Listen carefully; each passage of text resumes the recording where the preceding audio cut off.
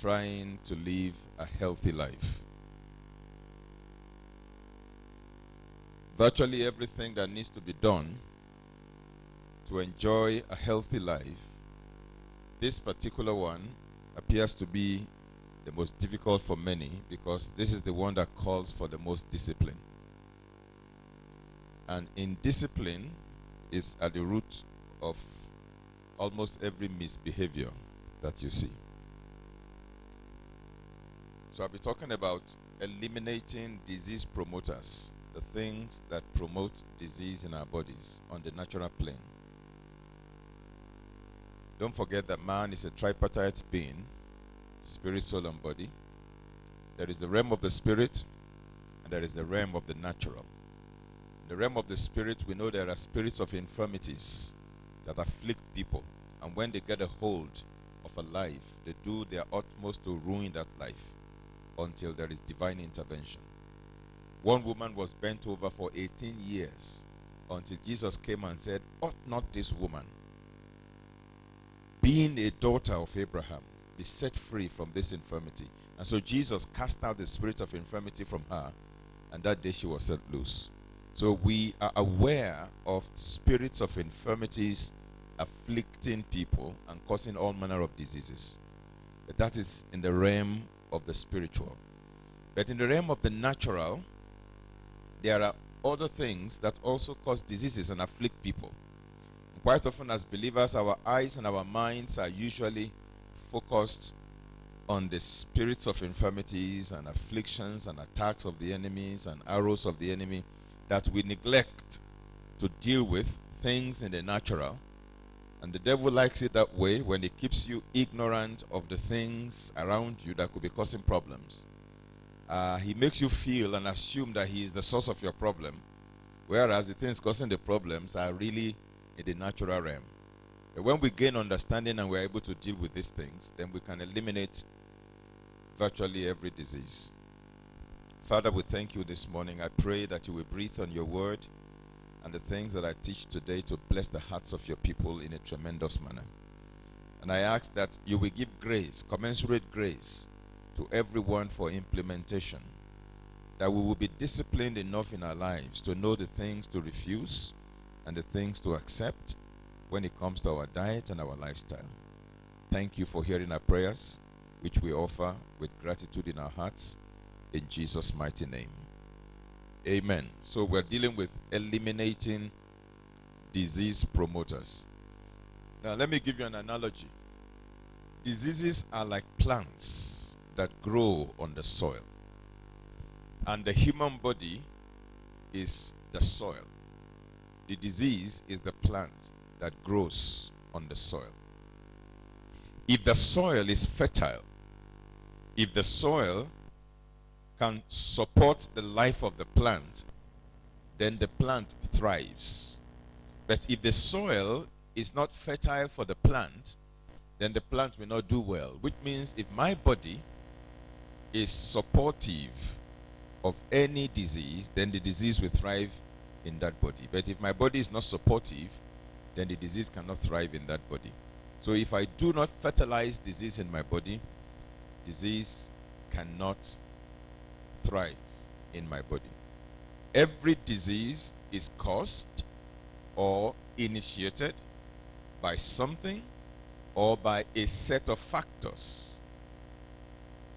Every disease is also promoted and sustained by something or a set of factors. No disease can start or stay in your body if there's nothing to initiate it and if there's nothing to sustain it. Now, this is exactly what I'm trying to say. If somebody has got diabetes in his body, it is because the body is conducive for diabetes. If somebody has got hypertension thriving in his body, it's because that body is very fertile for that tree called hypertension to grow there. If you change the terrain of the body and get hostile to that particular disease, that tree is going to wither and disappear. So when we talk about eliminating disease promoters, What exactly are disease promoters? I have three simple definitions. One is a disease promoter is anything that helps to initiate a disease process in the body. Whatever can make a disease process to begin in the body, that is a disease promoter. And there are factors, so many factors that can start the process, initiate the process. And when the process has been initiated, anything that helps to sustain the life of a disease in the body is also a disease promoter. And then anything that helps a disease to keep growing and getting worse in the body is also a disease promoter. There are certain things that cause diseases. There are certain other things that don't necessarily cause diseases, but when a disease condition exists, they help to fuel it, to make it grow bigger into a monster. They are equally disease promoters. And they do a number of things. Number one, disease promoters intoxicate the body. They toxify the body, as it were. They make the internal environment of the body dirty and create a very conducive environment where disease can thrive. Number two, they acidify the body. They change the pH of the body into the acidic range, which is very conducive for disease. Disease promoters also cause deficiencies in the body, thereby starving the body of essential nutrients and consequently weakening the immune system. Once a body is deficient in certain nutrients, the immune system becomes very weak, then anything can happen in that body. Because there are approximately 90 different minerals and vitamins that the body requires to function optimally. If any one of them is missing in the body, either completely absent or it is available in an insufficient manner, it is inadequate in the body, that is a deficiency situation.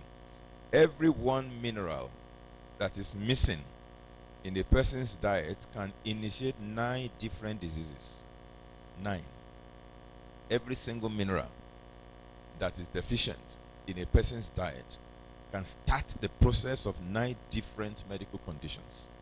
So, disease promoters cause these deficiencies, starving the body of the essential nutrients required to function optimally and to build a robust immune system.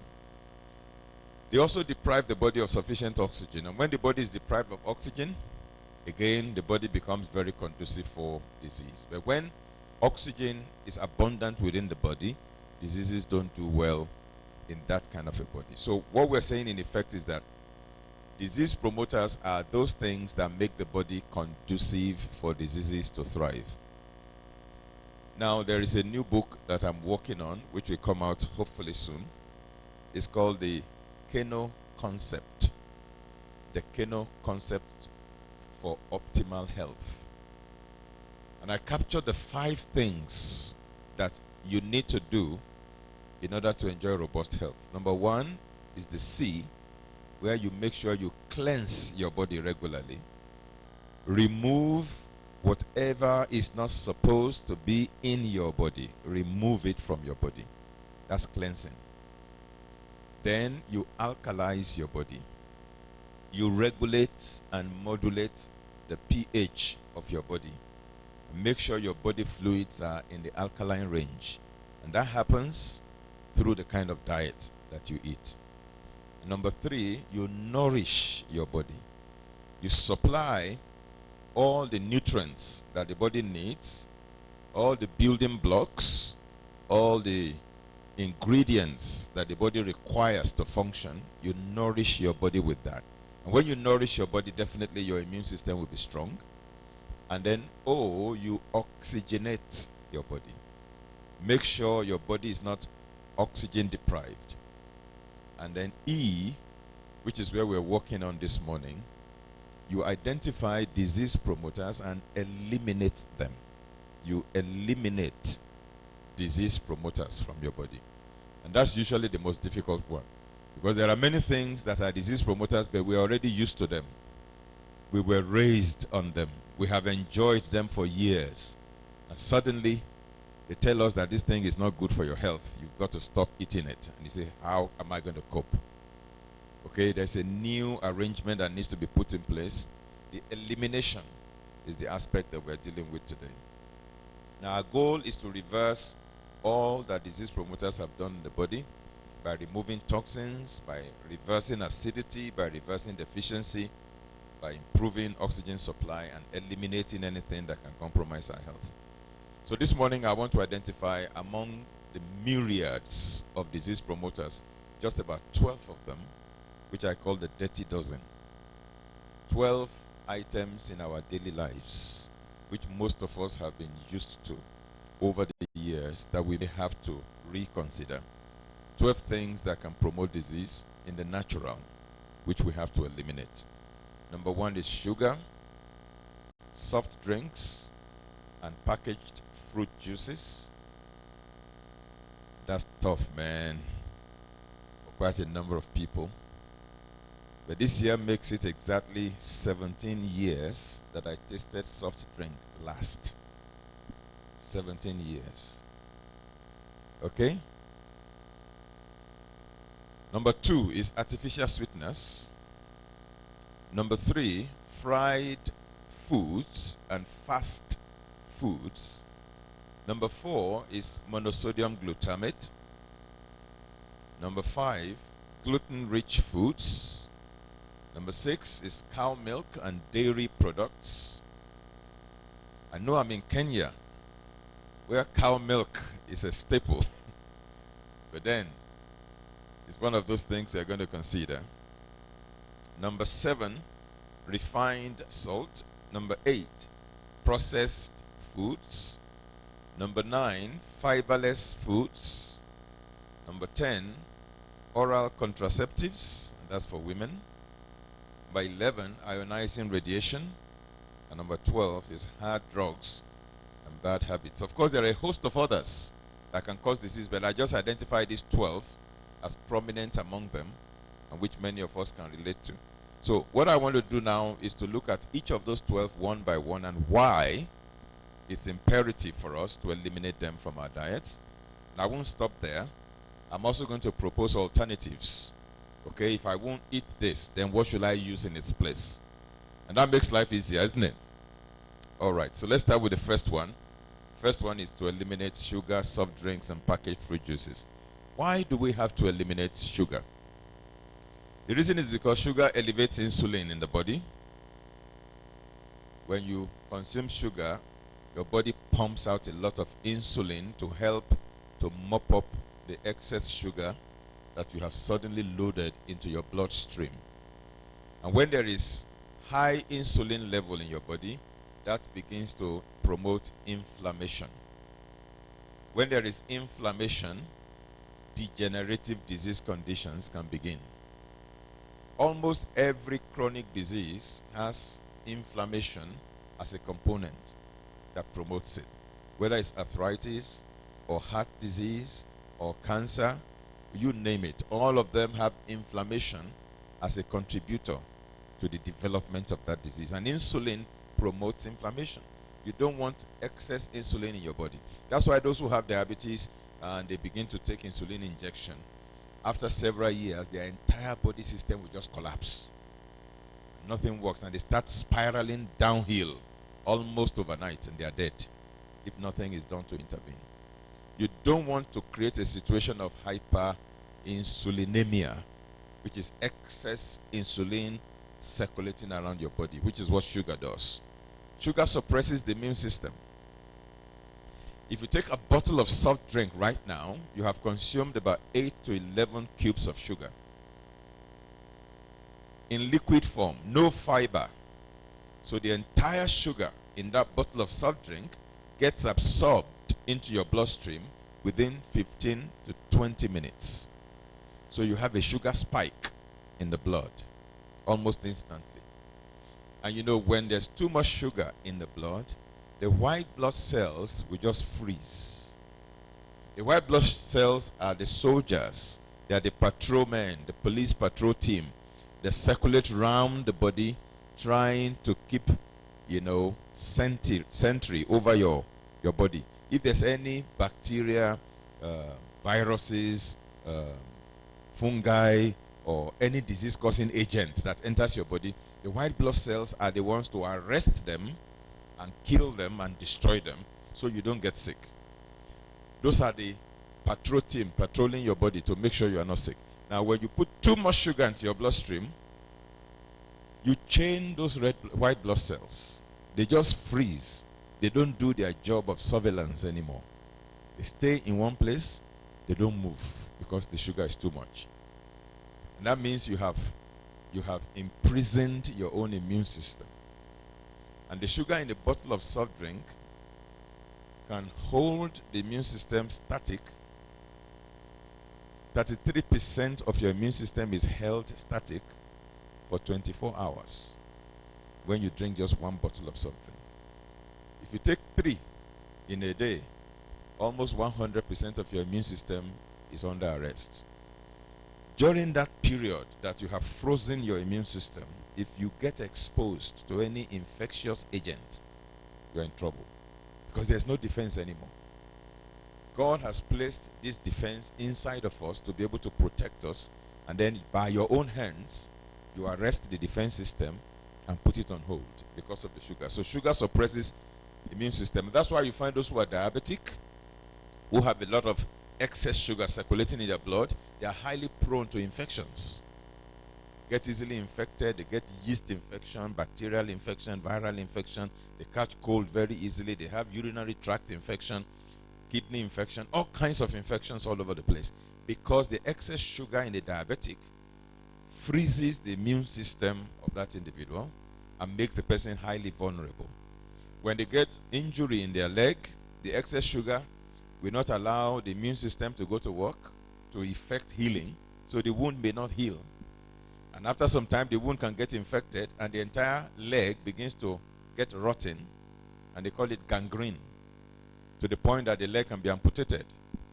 Why? Because the excess sugar circulating around the body, apart from damaging organs, also freezes the immune system and makes that body easily infected. And infection spreads very readily around the legs of such people. So sugar suppresses the immune system, and that's why you should run away from it. Sugar also disrupts the metabolism of hormones. Sugar generates free radicals in the body, which causes a lot of what we call oxidative damage, and that accelerates the aging process. Somebody who consumes a lot of sugar, by the time they are 50, you would think they are 60, because it accelerates the aging process. Sugar makes your body acidic, very conducive for disease to start and thrive. Sugar also feeds cancer. Sugar feeds infections. Somebody has infection and is consuming a lot of sugar. Even if you take antibiotic after antibiotic, the infection is thriving because the sugar is the fertilizer. So you need to get rid of it for these reasons and many, many more. So the next question is, what are the alternatives to sugar? If I won't take sugar, then what should I take? What are the alternatives to soft drinks and packaged fruit juices? Now, the alternatives are listed right there on the screen. Stevia is a very wonderful sweetener, especially for those who are diabetics. Stevia is not a synthetic sweetener. It's not an artificial sweetener. Stevia is a plant. It's a tree. The leaves of that plant, if you pluck the leaf and chew it, it's very sweet like sugar. Call it stevia. It's all over. At least in Nigeria, I know the tree grows there. It grows in most tropical regions of the world. So what they do with stevia is they harvest the leaves of that tree, dry it, and then grind it into powder. And so they put it in sachet. Just open a sachet and pour it into your tea, pour it into whatever you want to sweeten, and that gives sweetness. And yet it has 0 calories. So if you're diabetic and you use stevia to sweeten your tea, sweeten your drinks, you get the sweet taste, and yet it does not elevate your blood sugar. It gives you 0 calories. And that's a natural sweetener that God has given to us, not synthesized, not manufactured. It's just a plant. And I believe if you go to any health store, even here in Nairobi, and you ask them for stevia, you're likely going to find it there. Some are made into tiny tablets. You just put one tablet in your tea and it sweetens it. Some are made into liquid extracts. You just put about 1, 2, 3, 4 drops in your cup of tea and it sweetens it. And you can use it, anyone can use it, but particularly for diabetics. Then there are other products like just like sugar, which is another product.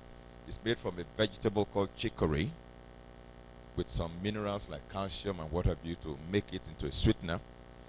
Then I'm sure you're familiar with date. Do you know date? Yeah? Date is also a natural fruit from a particular type of palm tree, the date palm. It's common in Israel in particular, but it grows in other places as well. The date, you just soak the date in water. It's got a very hard seed at the center. You soak it in water. When it softens, you then remove the seed at the center. Just remove the hard core. And then you blend the rest in your blender. It comes out like honey. When you blend it like that, just keep it in a glass jar and keep it in your refrigerator. And you can use it to sweeten your tea or whatever you want to sweeten. Apart from being a sweetener, date is also very high in minerals. So it's like a multi-mineral plus sweetener all together in one. That's a good alternative for sugar. Then raw unfiltered honey is also very good. If you go to the supermarket and you buy honey, you better make sure it is raw and it is unfiltered, because some honey have been pasteurized before they package them for sale. All the enzymes in them are dead because of the pasteurization. But when it is raw honey, it's very rich in enzymes, very rich in minerals, very rich in amino acids, apart from the fact that it's also a sweetener. So honey is a very good one. And then there are other products like TerraSweet and what have you. Then for the drinks, what are the alternatives? You can use smoothies as an alternative to soft drinks. I mean, if you take mango and you take banana, you take pineapple and all the different fruits, just put them in your blender, add water, and blend it together into a smoothie. And that's a drink you can have. Then you can also make juices. Just get a juice extractor and you can almost juice anything. Any vegetable, any fruit. Orange juice is fantastic when you make it by yourself at home, not the ones in cartons in the supermarket. You take oranges and just squeeze the juice out of it. When you taste it, the taste is different from the ones you get in the carton. Even though the carton will say natural, unsweetened, no artificial flavor, but you just pour a glass of the one in the carton, buy fresh oranges, squeeze it by yourself, taste the two, and you see there's a world of difference in the taste. Something must have been done to this one in the carton to turn it into what it is. Even though they make claims that nothing has been added, nothing has been done, that to me, they can tell it to the Marines. Are you with me? So you can make your own juices: carrot juice, tomato juice, beetroot juice. You know, beetroot juice is very sweet and very rich in substances that are very good for our health. Beetroot has got betaine. And betaine is very good for your body. It helps to promote the digestion of protein. It helps your body to generate hydrochloric acid, which you use to digest your protein. It also helps to relax your blood vessels, to help improve your blood pressure if you have hypertension. Beetroot also has a lot of heme iron inside that can help to boost your hemoglobin level, enrich your blood, purify your blood. And when you have high hemoglobin, your body can attract more oxygen, so your body is highly oxygenated with that. So beetroot drink is very fantastic, and incidentally, it's very sweet, very tasty. Glory be to God. Even though I will encourage you to de-emphasize fruit juices and emphasize more vegetable juices, eat your fruit whole for the most part, and then you can juice it occasionally. Taking too much of even freshly juiced fruits is not a good idea. Pineapple juice, orange juice, watermelon juice, while they are good, but because you have juiced them, you have separated the fiber, so you have a highly concentrated sweet drink, which can also set your body into overdrive when it comes to insulin production. So you want to do that moderately, not excessively. But the vegetables like the carrot, like the cucumber, the cabbage, the tomato, the beetroot. Those are vegetables. You can drink as much as you want. The only problem with beetroot is when you drink it, it changes the color of your poo-poo and your urine. When you go to toilet, you think that there is blood in your poo-poo, but there's no blood. It's the color of the beetroot. Okay, so just be aware of that when you take beetroot juice. Let's go to the second thing that we need to eliminate, the second disease promoter, and that's artificial sweeteners. Now, because of diabetes and other such problems, there are people who want to run away from sugar. They don't want to take sugar. And so they are looking for an alternative to sugar, something with near 0 calories. So now artificial sweeteners come in handy. And while artificial sweeteners don't add calories to your diet, yet they have their own dangers. And so my advice is you must avoid artificial sweeteners also. So examples of artificial sweeteners are listed there. Saccharin. How many of you are familiar with saccharin? Only one person? Okay, what about aspartame? These are the things, when you buy any sugar-free drink, they say this is sugar-free. And you taste it and it's sweet. What's making it sweet? Usually it's artificial sweeteners. It's either saccharin or aspartame. Saccharin used to be the most popular one, but it's been banned by the World Health Organization because of the dangers it poses to health. And now the most popular one that they use these days is aspartame. If you buy your vitamin C, there's one that is white, there's one that is orange colored. Do you have them like that here? Come on, talk to me. Yeah? The one that is white is sour. It's not sweet. The one that is orange colored is usually sweet. Huh? You're looking at me as if you don't know what I'm talking about. Okay? Now the sweet orange colored one, when you buy it, check the bottle. Very likely, what they used to make it sweet is aspartame. Some people don't like the white vitamin C because it's sour. They like the orange colored one because it is sweet.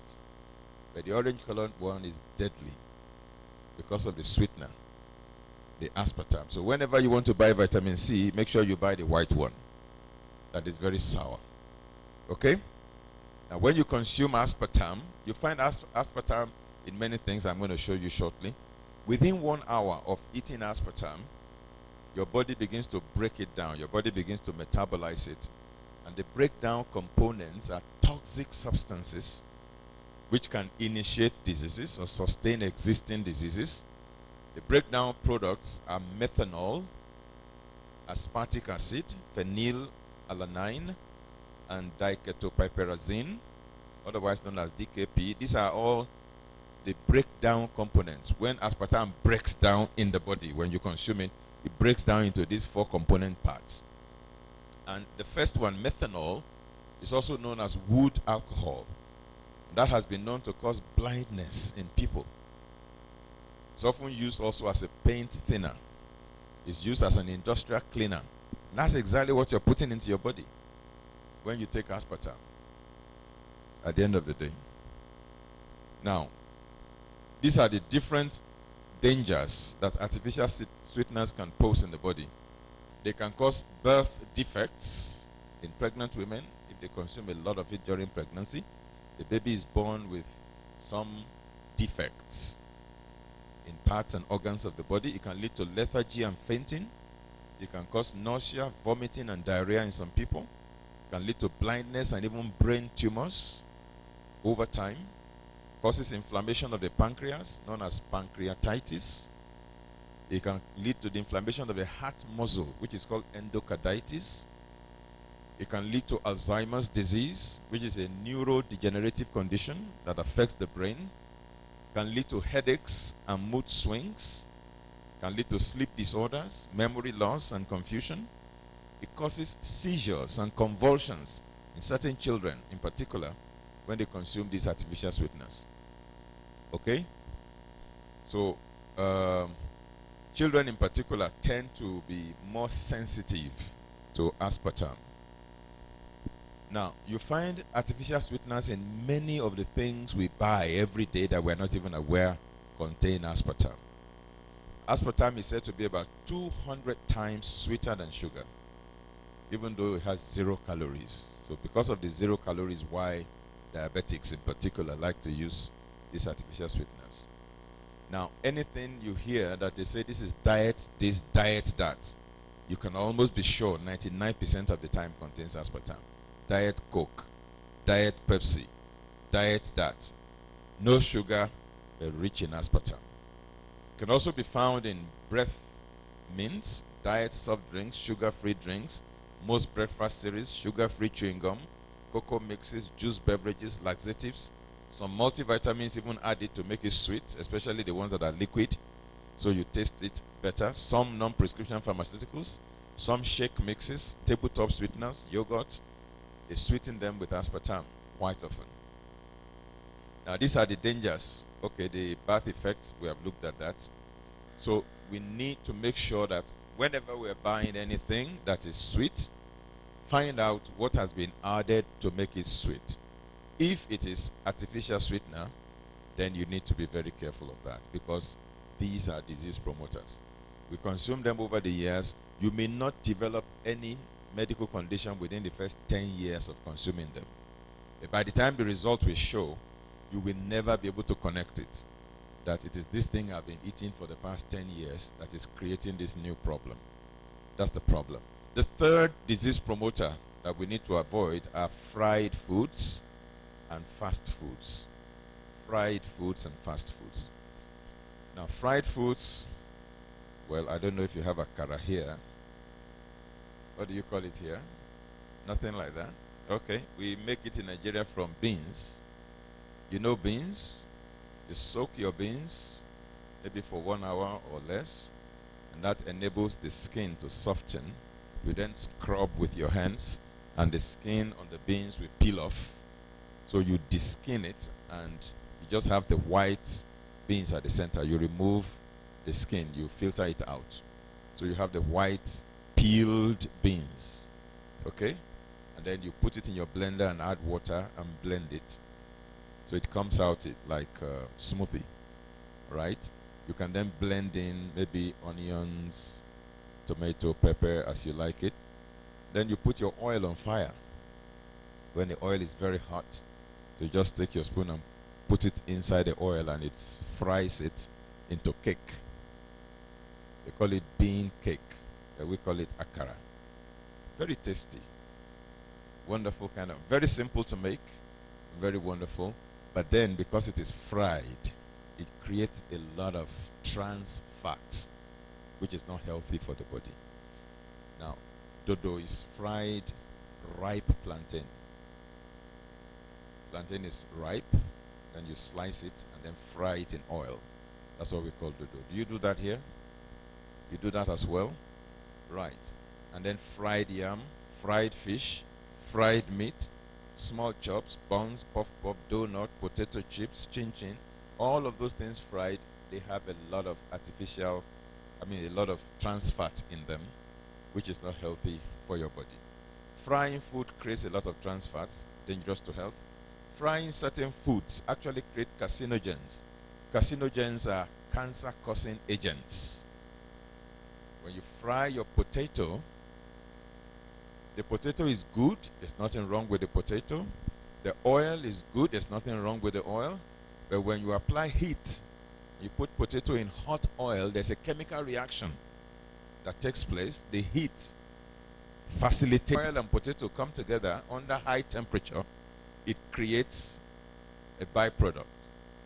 You can go to the website of the World Health Organization and just in the search engine, just search for acrylamide. You will read a lot of stuff that the World Health Organization has warned people about as a cancer-causing agent. Frying damages the oil and then makes you to lose the benefit of the oil. Oil is supposed to be one of the main macronutrients. Carbohydrate being the first one, protein being the second one, fats and oil being the third one. Oil is part of a balanced diet. But once you fry the oil is damaged. It no longer does in your body what it was intended to do by God. Fast foods are almost always loaded with artificial sweeteners, sugars, taste enhancers, artificial flavors, artificial colors, refined salt, trans fat, and so on. And all of these are toxic and dangerous to the body, thereby promoting diseases. So, as much as possible, don't fry your food. Prepare your food, cook your food in other ways apart from frying. All right? Number 4 disease promoter is MSG.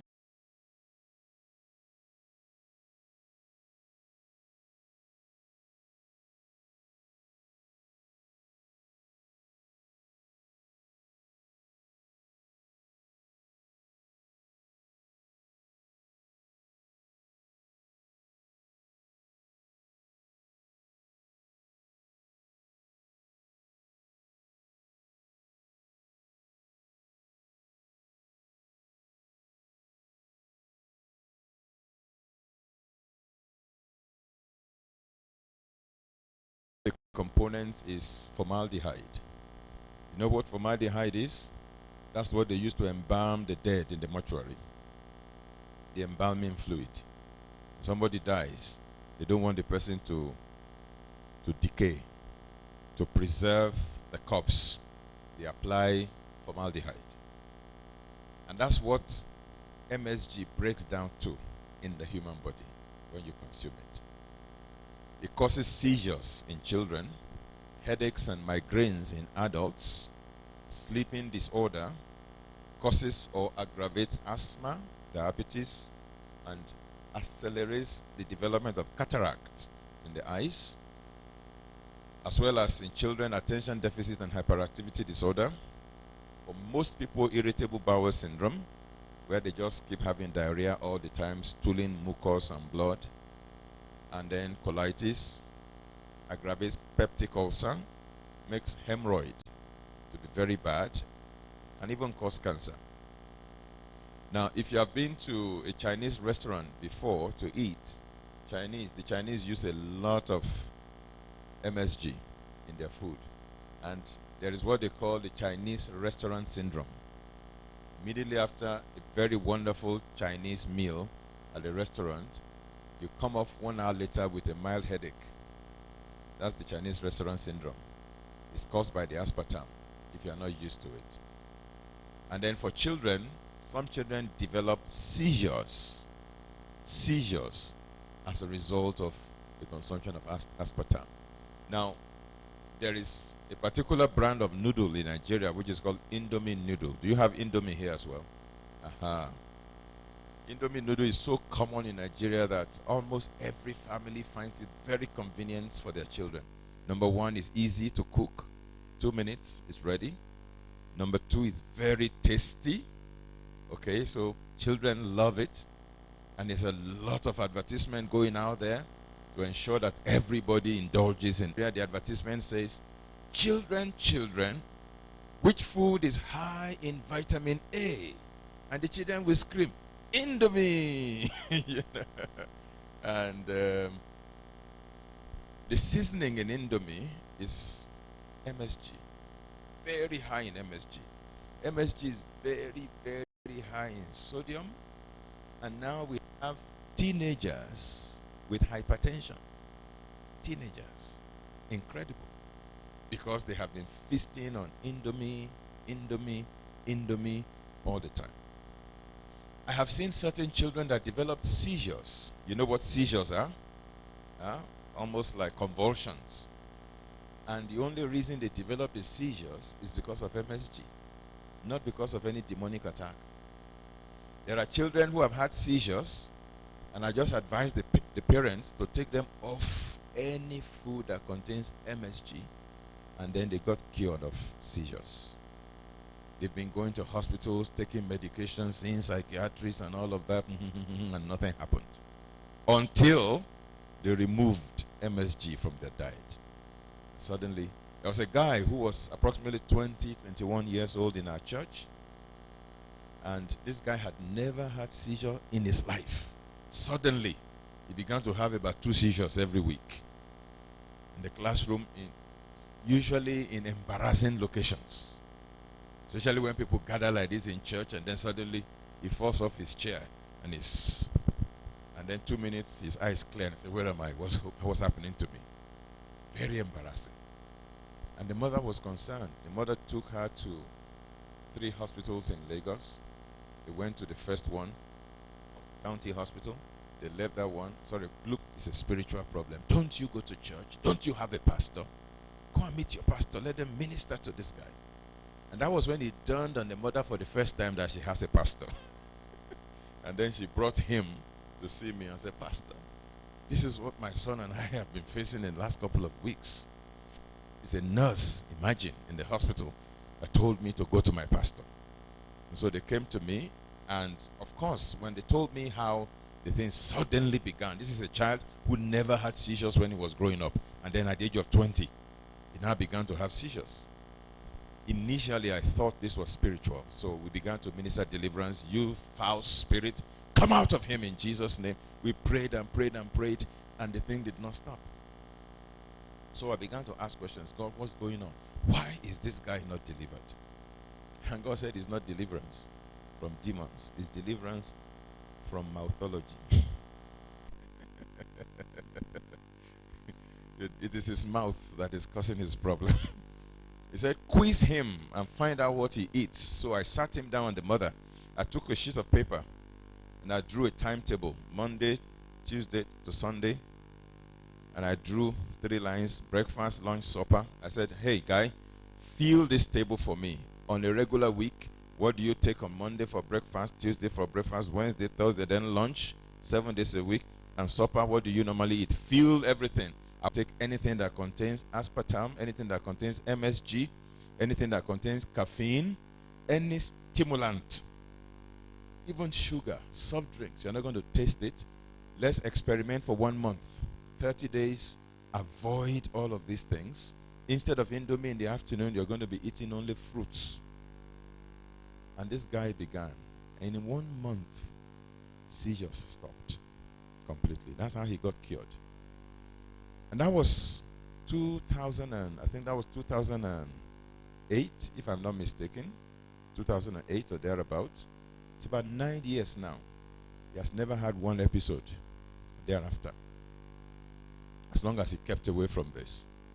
I went to another city, Port Harcourt, in Nigeria to minister, and I shared this story to the audience. There was somebody in the audience, and the person had a 5-year-old boy who was also experiencing seizures. So when he heard this story, he said, wow, so what I've been feeding my child could be the reason for the seizures. So he got home and told his wife, we are not going to give, I'm afraid, you may never experience a permanent cure. It will be on and off and on and off and on and off all the time. So where can you find MSG? MSG is usually hidden in many types of foods that we buy.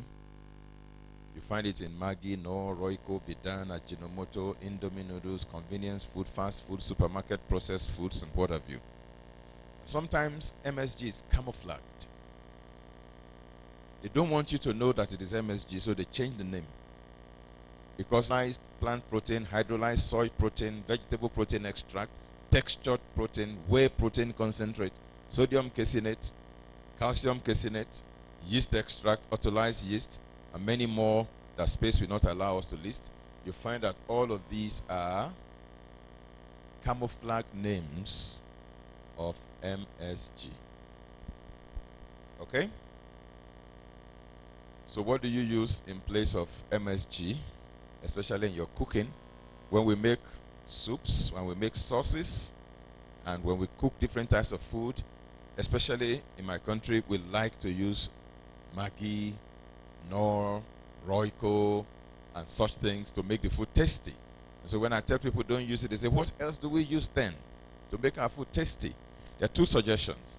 One, you can use herbal spices, and there are 1,001 of them out there in the market. You just have to find out how to combine them. You have bay leaves, you have dill, you have oregano, you have basil, you have ginger, you have garlic, you have turmeric, all kinds of different spices out there that you can use, different combinations, if you must use spices. On the other hand, what you really need to do is to reprogram your taste buds, such that you enjoy food without MSG.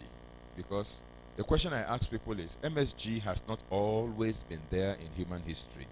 MSG came along during our own lifetime to cook before Maggi cubes were introduced. Let's go back to that. We have local spices. I don't know what you have here. It's Nigeria. We have Yuru. We have Ogiri. We have Dawa Dawa. These are all local spices that are made. Alright? You can find out what is available in your own local environment. Go back to the village and ask them in the village, what do you use to cook? And learn all those things. And sometimes they are very beneficial. Number 5, we need to eliminate gluten-rich foods.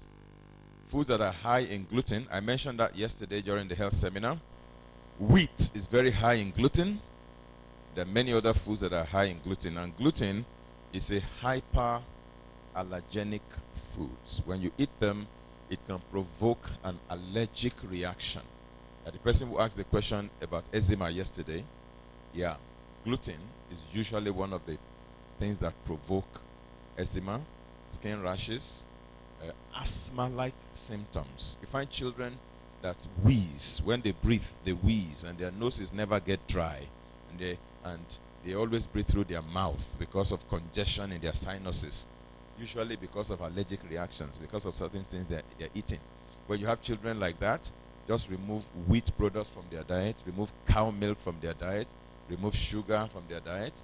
Before you know it, all those asthma-like symptoms will just disappear. Alternatives to wheat products, if these alternatives that are low or they have complete absence of gluten in them. Number 6 disease promoter to eliminate is cow milk and dairy products. I know I'm touching a very sore point there, but please bear me out. The dangers of cow milk include lactose intolerance for some people, not everybody, but for some people.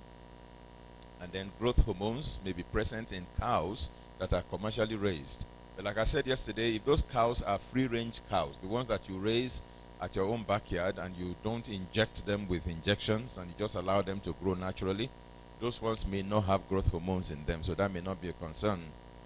Antibiotics are always given to cows that are fed in the feedlot, those that are commercially raised in high numbers. Then when cow milk is produced, usually they are pasteurized, and when they are pasteurized, the pasteurization damages it. But if it is fresh milk that you milk from your own cow that you do not pasteurize, then that problem is not there. Cow milk is highly mucus forming, especially for those who have a tendency to develop sinuses, to develop mucus. Those who have asthma, they shouldn't go near cow milk at all. Then there is casein protein in cow milk. We will have high cholesterol in cow milk. Homogenization of cow milk actually ruins it. If you collect fresh milk from cow, you put it in a glass and put it on your table for several hours, it will segregate, it will separate. You will find the buttermilk at the top, and you find the clear liquid at the bottom. That's what happens when you just collect fresh cow milk and you keep it for long. But the ones you buy in the supermarket, they never segregate when you pour them into a glass. Okay? You know why? Because they have been homogenized. Homogenization is like when you crack your egg and pour it into a bowl. You have the egg yolk, which is yellow, and then you have the egg white. Okay? They are two separate entities. But when you take your whisk and you whip the two together, what are you doing? You are homogenizing, so that they are no longer two separate entities. Even to a glass, and it is separated into two different segments. Are you going to drink it? You like to throw it away. So homogenization actually ruins the milk because it breaks down the large globules of cholesterol into tiny globules that are easily absorbed into your bloodstream and elevates your cholesterol level. So what are the alternatives to cow milk? If I'm not going to be using cow milk, what do I use in its place? You can use tiger nut milk, almond milk, coconut milk, which is my own favorite, then rice milk, sesame seed milk, cashew nut milk, and goat milk. So those of you here in Kenya who love your milk, rather than milk your cow, I'll suggest you milk your goat. You don't get too much milk from goat, but the milk from goat is superior for human consumption to the milk from cow. Why? Because goat milk is almost exactly like human milk in composition. And that's why I believe God created the goat as an alternative source of milk for human beings. And the Bible actually prescribes goat milk. That's why I put the scriptures there. You can read Proverbs for me, chapter 27, somebody, verses 26 and 27. Proverbs chapter 27, verses 26 and 27. Can somebody read that for me? Anybody?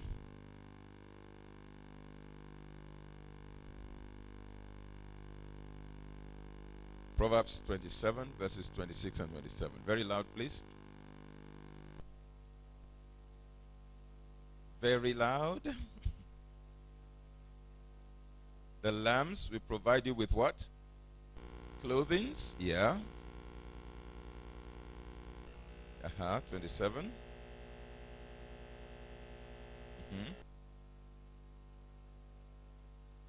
Good.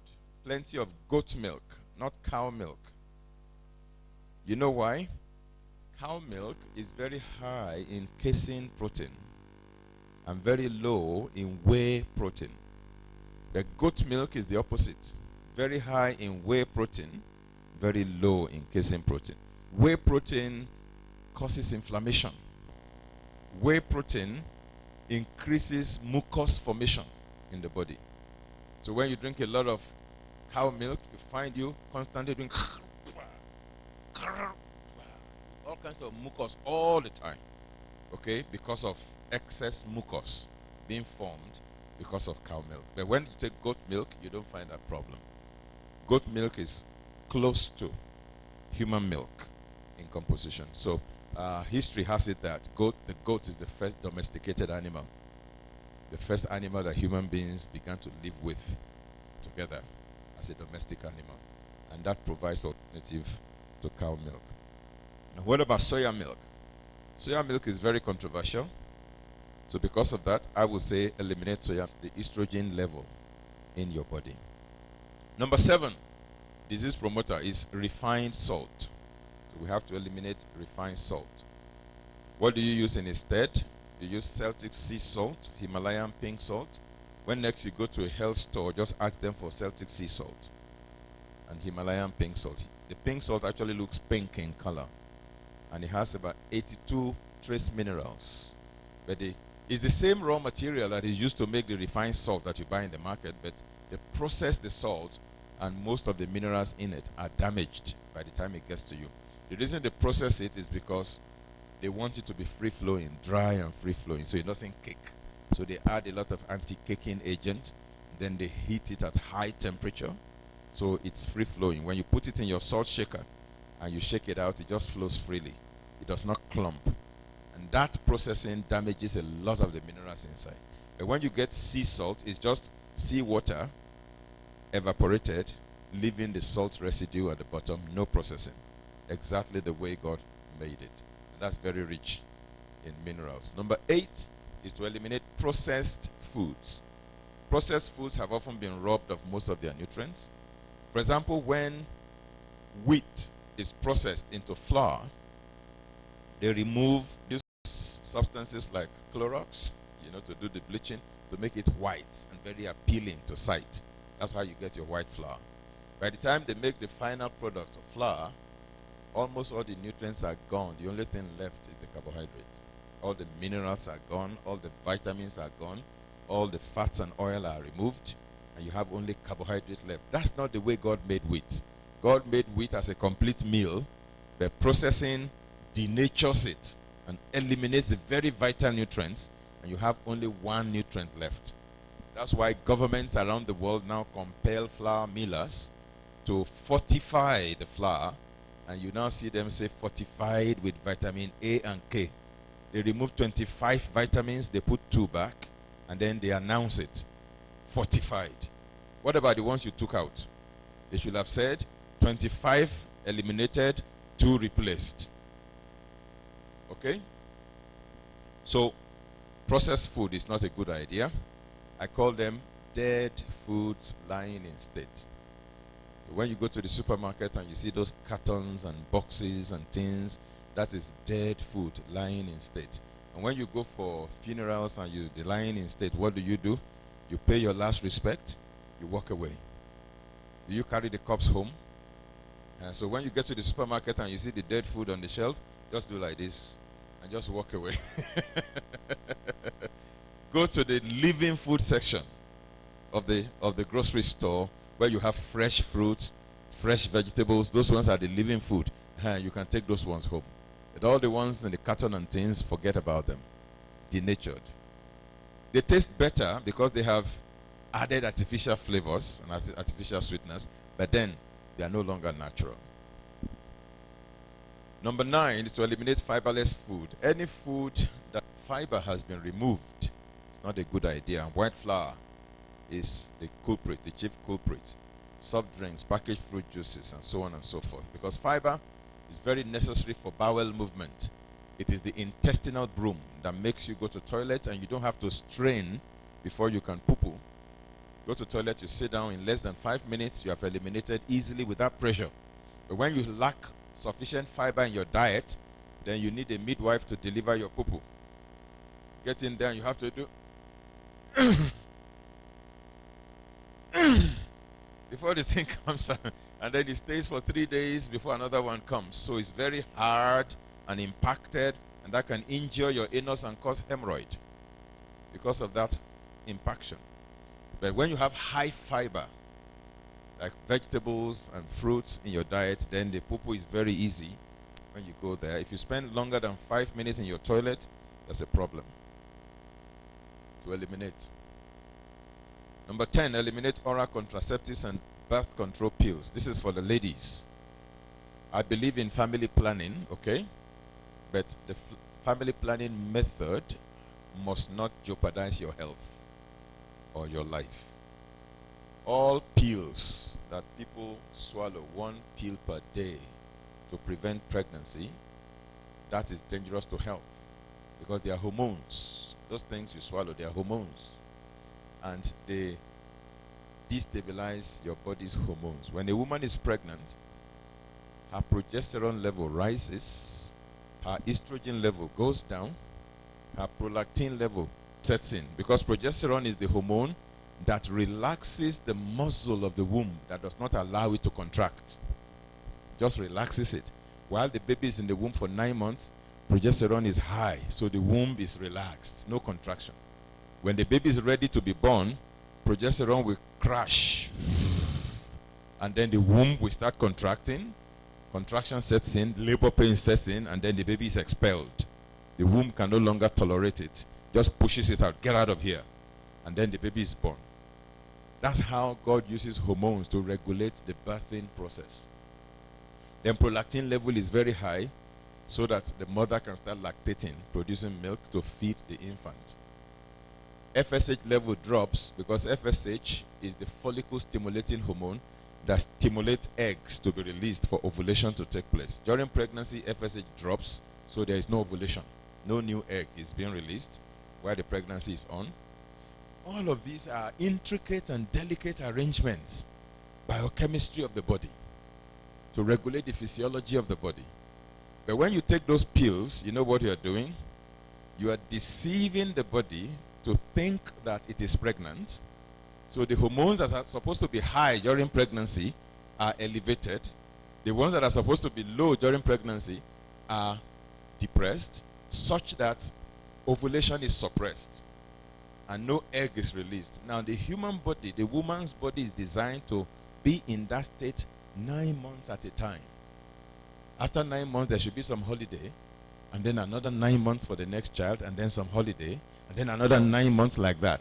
But when you take those pills, you keep that body in that perpetual state of artificial pregnancy for the number of years that you are swallowing those pills. How can a woman be pregnant for 10 years? The body doesn't understand. It says, I don't know what's going on here. Because the hormones are regulated to stimulate an artificial state of pregnancy. So no egg is released, no ovulation is met. The dangers of birth control pills. Go to the website of the World Health Organization in particular. And you find out when people take these things, they put them at high risk for breast cancer, high risk for ovarian cancer, high risk for cancer of the womb, okay, uterine cancer. If a woman develops any of those female cancers, breast cancer, ovarian cancer, uterine cancer, when they go to the hospital, one of the first questions the doctor will ask when they are doing the clacking is to ask you, are you on any contraceptive pill? They want to know. Birth control pill. Have you taken fertility treatment? Because they know that the drugs used for fertility treatment too can stimulate the development of any of those cancers. Now, I'm aware that doctors usually prescribe sometimes these birth control pills to regularize irregular menstruation for women. Young ladies in particular in their their teens and in their 20s, when they have irregular menstrual cycle, they prescribe birth control pills to stabilize and regularize the thing. But that's dangerous. If you have a regular menstrual cycle, don't take birth control pills. What you need is avocado pear.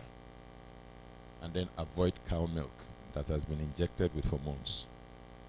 Once you do that, over a 90-day period, your menstrual cycle will stabilize. Everything will normalize.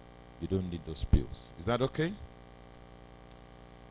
Now, if you look at the next slide, you see the WHO press release that came out in 2005, 12 years ago. A press release issued on July 29, 2005 by the International Agency for Research on Cancer, which is a division of the WHO.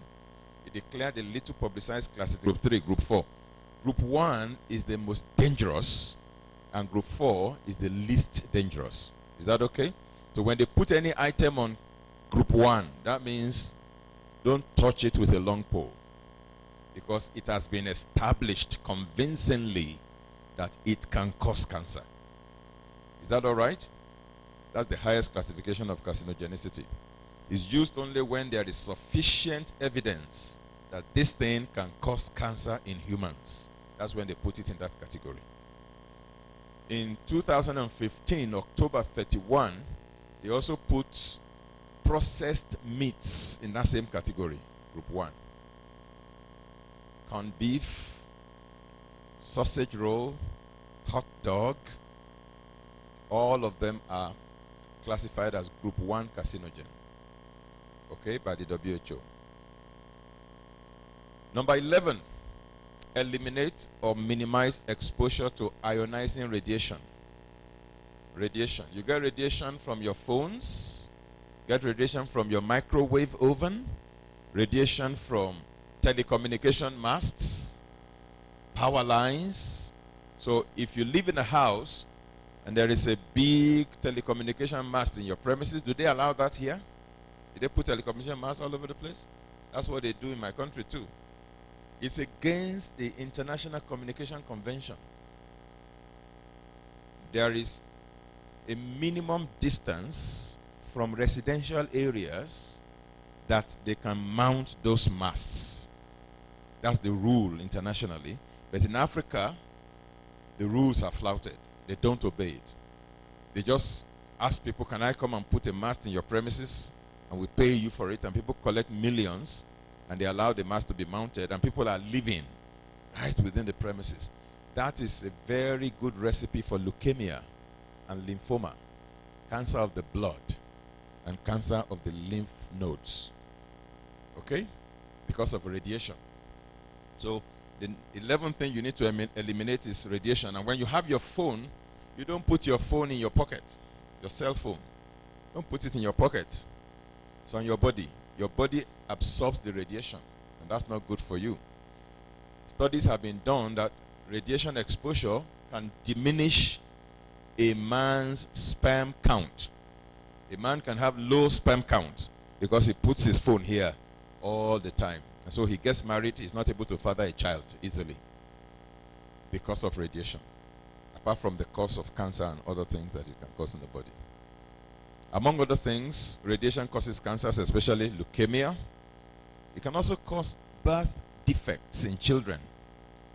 A pregnant woman stands in front of the microwave oven and is operating the microwave oven throughout the pregnancy.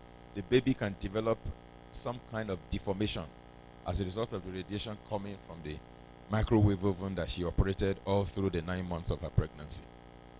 Okay? There are different videos and studies on YouTube you can go check out and you see it. There are devices to measure the amount of radiation coming out of an equipment. And when you're operating your microwave, you put that gadget beside it to measure the radiation. The leakages will show. In saner climes, in countries where rules are obeyed, if you have a microwave oven, once every year or every 2 years, you're supposed to test your microwave oven for leakages of radiation, ionizing radiation. And then you can fix it so that it doesn't endanger in the house. But in Africa, once you buy your microwave oven, for the next 10, 20 years, nobody checks to know whether it is leaking or not. Because you can't see this thing with your eyes. There has to be devices to check leakages, but that is never done. And so we continue to endanger ourselves, especially pregnant women and infants, when they get exposed. When you're operating your microwave oven, if you must, your children must not be in the kitchen. Send them out of the kitchen. So they don't develop brain tumor, they don't develop cancer of the blood. Okay? Now, in my family, we have thrown our own away. We don't use it anymore. I mean, we threw it away probably over 14, 15 years now. And we don't use our microwave oven anymore. Instead, we have the convectional oven and we have the steamer.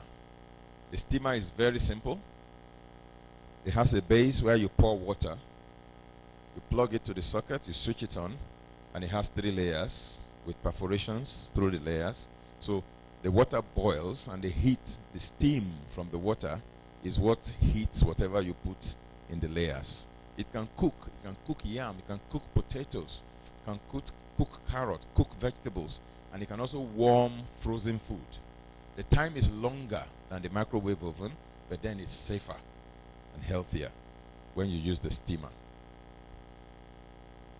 Then number 12, which is the final one, to eliminate hard drugs and bad habits. Hard drugs such as tobacco, alcohol, marijuana, cocaine, what have you. And bad habits like late night meals. Shouldn't be eating too late into the night regularly. If you do it occasionally, no problem. But when you do it regularly, that's a bad habit. Eating dinner at 10 p.m., 11 p.m. every day is not a good idea. Okay? Sleep deprivation is a bad habit. You need to find time to get 6 hours of sleep every day, no matter how. Chronic stress is also not good. Don't be a workaholic. Avoid toxic emotions and tension around your life. Let the peace of God that passes understanding reign supreme in your vicinity and in your heart. I have a tendency to be workaholic. I work and work and work and I don't know how to stop. Before now, I never sleep before midnight. It's not possible. The earliest I sleep is 2 a.m., 3 a.m. And then the next morning, I'm back to work again. Either I am in my library studying, or I'm praying, or I'm writing, or whatever. I must be doing something. Going to bed before 12 to me makes you a lazy man. That's the way I view you. You are too lazy. How can you be sleeping at 10 when you're not sick? But then, when it began to take its toll on my health, I learned the hard way. And now I deliberately create time to get at least 6 hours of sleep every day. If I sleep at 2 a.m., I make sure I sleep till 8 a.m. before I get up. Thankfully, all the children are out of the house, so we don't have to wake up and do morning devotion together before they go to school. I do morning devotion anytime I get up. That's when the day begins. Is that okay? So you just create time to make sure you rest. Don't stress yourself too much. Then sedentary living is a bad habit. No physical exercise. You don't play tennis, you don't play squash, you don't play no game, no soccer, no swimming, no cycling, no jogging, no aerobics. You just sit down bundukwasly. Okay, when you eliminate these dirty dozen from your life, it changes the terrain of your body. Makes the body no longer conducive to some degree to disease. And in all probabilities, it brings about improvements in your health status. And it solves your health challenges by at least 50%. There are 21 things to do to promote health. Okay, 21 things. One of them is to eliminate the things that cause diseases, which is what we have discussed today. It's just 1 out of 21 things. And this one alone is almost equal to the other 20. If you take away the things that cause problems, then there will be peace. Huh? That's why Romans 16:20, the Bible says, the God of peace will crush Satan under your feet shortly. When I read that, I cringe sometimes and I say, this is God is humorous.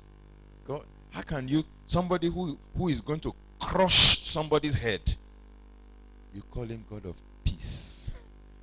That's tortuous. Somebody gives you a blow in your cheek, boos, and one tooth from your mouth flew out, and the next thing they gave him an award as the man of peace. How would you feel? How would you feel? The God who is going to crush Satan's head is now called the God of peace. That is to psychologically torture Satan. And all these things that cause diseases, when you take them out, you have solved your health problems 50%, at least. All the other 20 constitute the other 50%. Whether it is eating a balanced diet, exercising regularly, and all of those things, that's just 50%. But when you eliminate what can cause the problem. I mean, if in a city we have certain notorious gangsters that cause trouble all over the place, raping girls, burgling houses, stealing from shops, and all of that. Maybe there are 20 of them in the city, and the police is able to round up all the 20 and put them behind bars. You suddenly find that that singular action brings relative peace in the city because the troublemakers have been apprehended. These 12 are the troublemakers. Once you apprehend them,